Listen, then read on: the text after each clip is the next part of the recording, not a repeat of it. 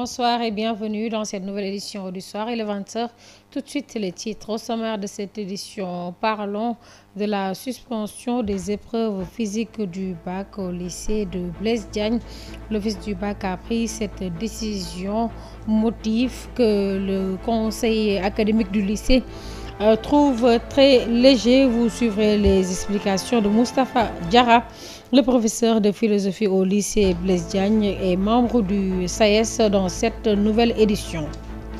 Et puis remise de matériel, l'ONG Qatar Charity en collaboration avec le ministère de la Famille et des Solidarités a offert à 169 regroupements de femmes des matériels qui pourront impacter 1000 personnes. L'objectif est d'encourager l'autonomisation des femmes. Vous suivrez un compte-rendu dans ce journal. Et puis parlons sport, la Ligue de Dakar de cyclisme en collaboration avec la Juvénile Club cycliste de Dakar organisé ce dimanche sa troisième course de saison au circuit du monument de la Renaissance de Dakar, une compétition entendue sur 4 catégories, les amateurs, les vétérans, la petite catégorie et l'élite. Mesdames et messieurs, c'était le tir dans un instant de développement. Des coureurs de caisse.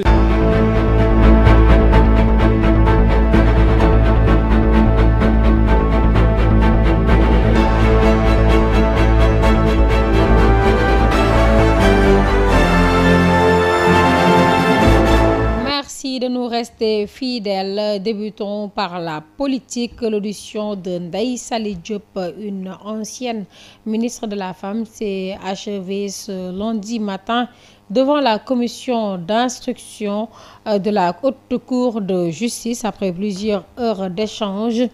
L'ex-ministre sous le régime de Macky Sall a quitté le tribunal de Dakar où se déroulait son audition sans pouvoir s'exprimer devant la presse. À sa sortie, Ndeye Saly Diop, vêtue de tout de blanc, s'est contentée d'un geste de remerciement à l'attention de ses soutiens massés devant le tribunal avant de regagner sa voiture. Les nombreux journalistes présents sur place n'ont pas pu obtenir une déclaration de sa part. Et puis, je vous l'annonçais en titre, l'office du bac a pris la décision d'interdire les épreuves physiques du baccalauréat de l'année 2024-2025 au lycée Blaise Diagne, une mesure qui, selon l'administration, fait suite à des remarques d'un professeur d'éducation physique qui a supervisé les épreuves de l'année passée, stipulant qu'il aurait aperçu un serpent pendant son séjour dans cet établissement. Le conseil académique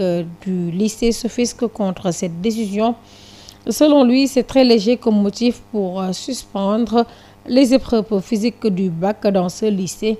Voici Moustapha Diarra, un professeur de philosophie au lycée de Blaise Diagne, étant aussi membre du SAES chargé de la formation syndicale, que nous écoutons au micro de Mansour Diassé.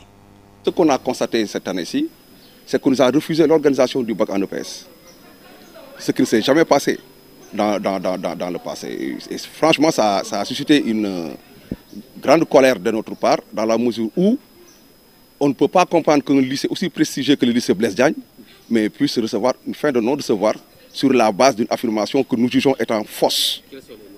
Non, il paraît qu'il y a l'année dernière un collègue qui a dit avoir vu ici un serpent. C'est aberrant. Non, c'est impertinent dans la mesure où on est en train d'organiser le bac dans les autres disciplines. C'est-à-dire le bac général il est organisé ici, le concours général est organisé ici, et tant d'autres. Donc cela ne se tient pas. Je crois que l'office du bac aurait gagné en crédibilité en se saisissant d'abord de l'avis de l'administration avant de prendre quelque décision que ce soit. Mais malheureusement, on nous a mis devant le fait accompli. Et ça n'a pas été du goût des enseignants. Moi, je crois qu'à l'avenir, il faudrait quand même s'en ouvrir aux gens pour qu'on puisse leur servir la vraie version.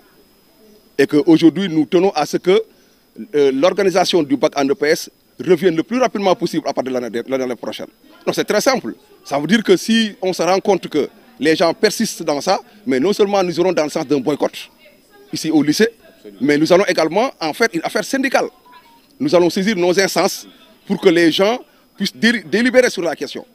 Parce que je crois que les décisions que nous devons prendre ne doivent pas être des décisions qui se prennent de façon unilatérale. Aujourd'hui, on parle de concertation. Il fallait se concerter avec les gens avant de prendre une telle décision.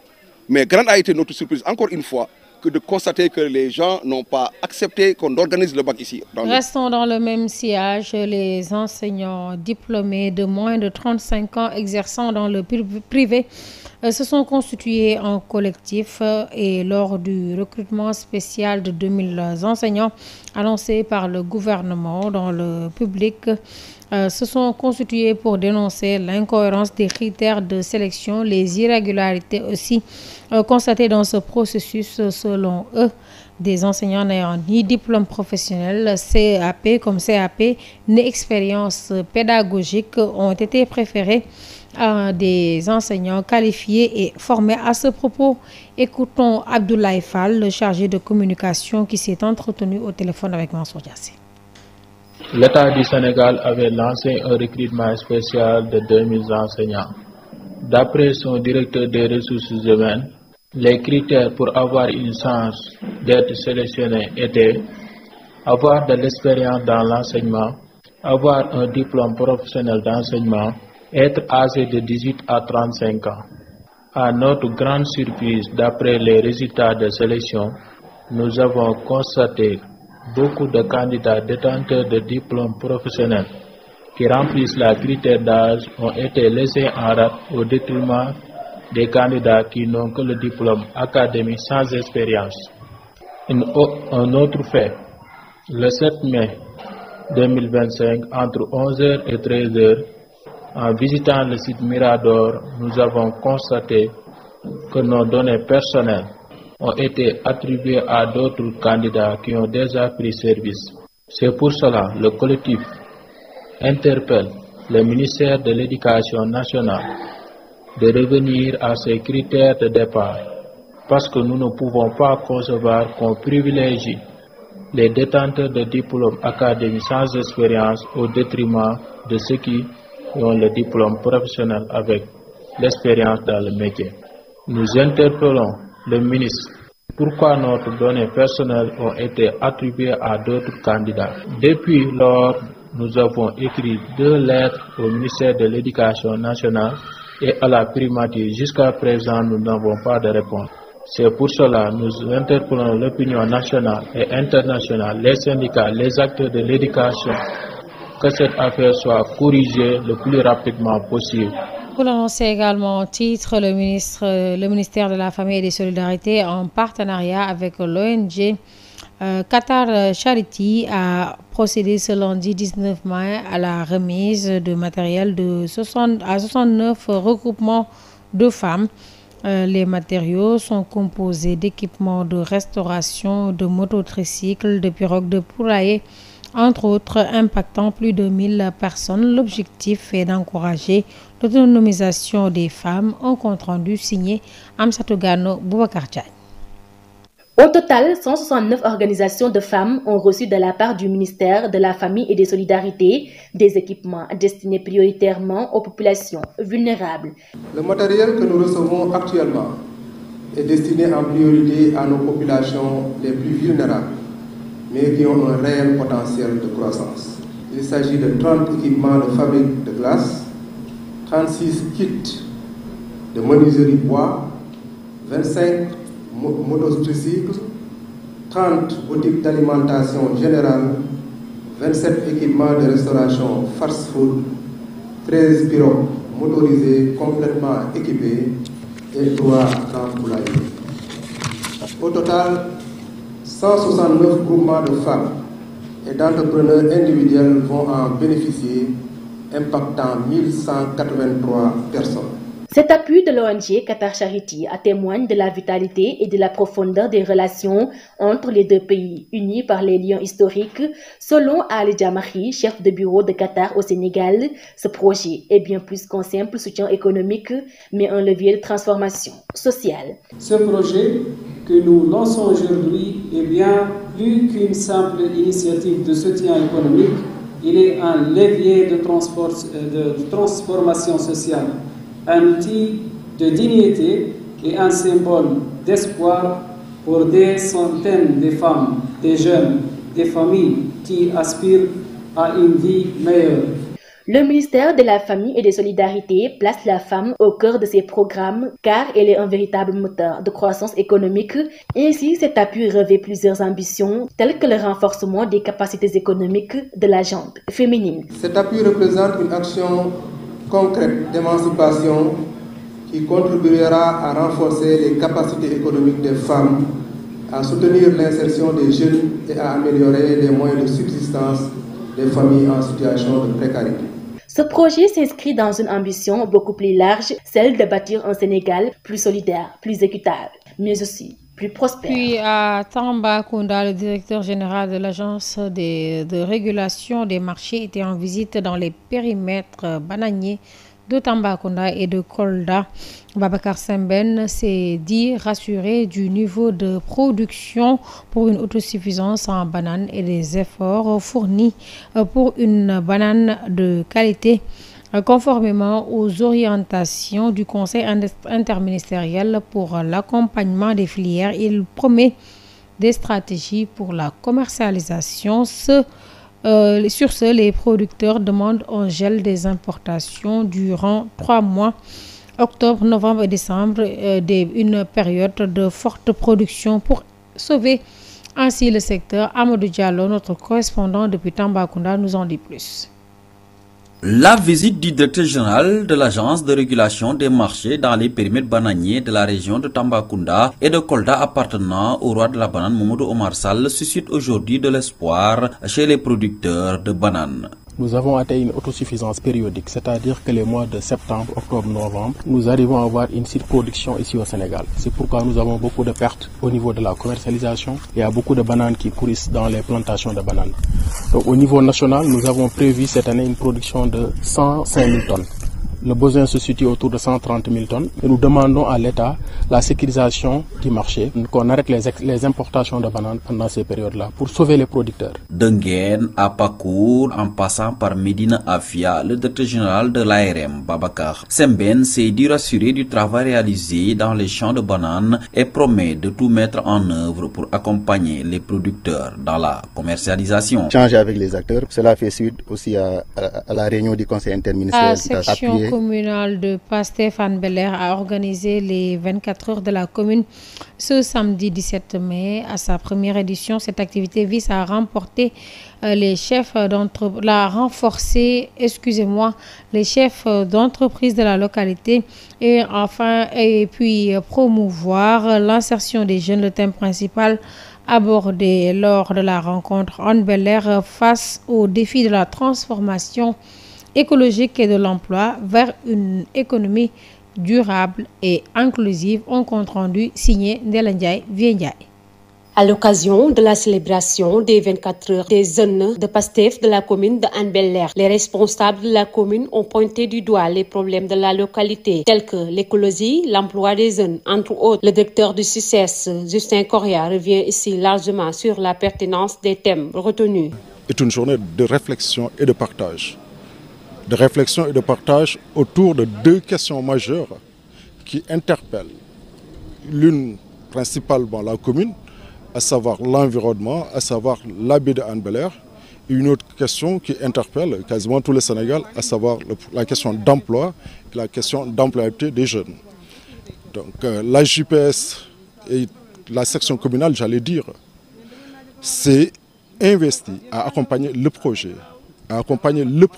Par des débats d'idées, par des partages d'idées qu'on va pouvoir rajouter dans le panier des solutions et propositions des plus hautes autorités. Selon le coordinateur communal de Pastef de la commune de Hann Bel-Air, le projet de la dépollution de la baie de Hann demeure toujours une chose essentielle pour l'environnement, puisque 75% des industries se trouvent sur le littoral. Qui dit industrie, dit création d'emplois. Mais qui dit également industrie, dit pollution. Et c'est là tout l'intérêt. Comment on peut produire, comment on peut employer des gens sans pour autant polluer. D'où l'intérêt en fait de cette question d'aujourd'hui. M. Mbacké Seck est largement revenu dessus.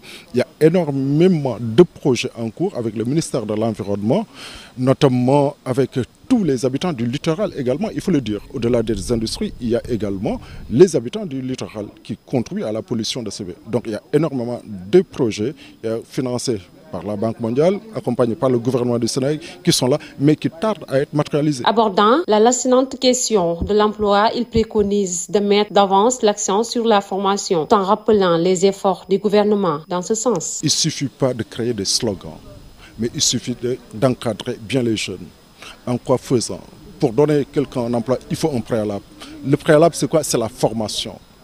D'où le prétexte de l'invitation du directeur du 3FPT. Et il a bien exposé, en fait, l'accompagnement du 3FPT. On accompagne en termes de formation. Après la formation, maintenant, il faut l'insertion. Pour insérer, il faut qu'il y ait des capitaines d'industrie forte pour pouvoir absorber tous ces jeunes qui ont été encadrés. En marge de ces 24 heures de la commune de Hann-Bel-Air, le directeur général du 3FPT, Bobo Amadou Ba, est revenu sur l'impact, notamment sur les types de chômage, et pour solution, il préconise une approche systématique mettant l'accent sur la formation, la création de capitaines d'industrie, sur l'entrepreneuriat, entre autres. Il s'est exprimé au micro de Ndele Ndiaye. Il faut savoir quels sont les chômages que nous avons. Dans un premier temps, il y a le chômage qui est structurel, qui est lié à une incompatibilité entre ce que vous avez appris et ce que l'entreprise a besoin. Raison pour laquelle souvent on met l'accent sur la compétence et non sur la connaissance. Deuxième type de chômage, c'est un chômage qui est lié à l'entreprise, qui est lié au chômage technique. Lorsqu'une entreprise fait faillite, malheureusement les personnes qui y travaillent vont aller vers le chômage. Donc c'est ça qu'on appelle le chômage conjoncturel. Donc le chômage structurel et le chômage conjoncturel ne seront pas réglés de la même manière. Raison pour laquelle dans les solutions, j'ai parlé d'une approche systémique.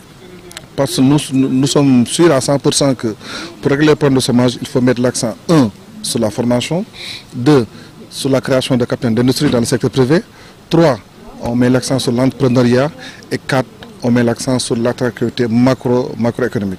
Donc tout commence par la formation dans laquelle le jeune doit avoir des compétences. Parce que simplement on dit l'employabilité et la capacité d'une personne à obtenir, à garder et à évoluer dans un emploi en fonction de ses compétences techniques, soft skills et numériques. Donc une fois le jeune formé, il a deux options. Ils disent moi je vais aller vers l'emploi salarié, donc devait être recruté par les entreprises. C'est à ce niveau que l'État doit créer des capitaines d'industrie, accompagner les PMI et les PME. En contrepartie, ce sont les PMI et les PME qui vont recruter une seule partie, parce que pas la majeure partie. Une partie de cette jeunesse va aller vers l'entrepreneuriat. À ce niveau, on va les accompagner. C'est vrai que certes, on parle de financement, mais on va les accompagner vers la formalisation et vers d'autres compétences qui sont liées au management. Et le troisième pilier dans cette approche systémique, c'est l'attractivité macroéconomique. Dans la mesure où les PMI et les PME, ainsi que les jeunes qui veulent entreprendre, doivent tous évoluer dans un environnement macroéconomique, d'où l'importance de travailler sur l'attractivité du Sénégal. Donc c'est seulement si on mise sur la formation, sur les capitaines d'industrie, sur l'entrepreneuriat et sur l'attractivité macroéconomique que nous pourrons régler de manière définitive le problème d'emploi des jeunes. Maintenant, des fois, on parle de plein emploi. Plein emploi ne signifie pas qu'il n'y a pas de chômage. Si, dans le cas de plein emploi, on peut avoir un chômage qui tourne en 3 à 5%, mais ce chômage-là, c'est un chômage frictionnel. Dès l'instant qu'on règle le problème de chômage structurel et conjoncturel, le chômage structurel, c'est temporaire, qui est normal dans une économie qui se développe.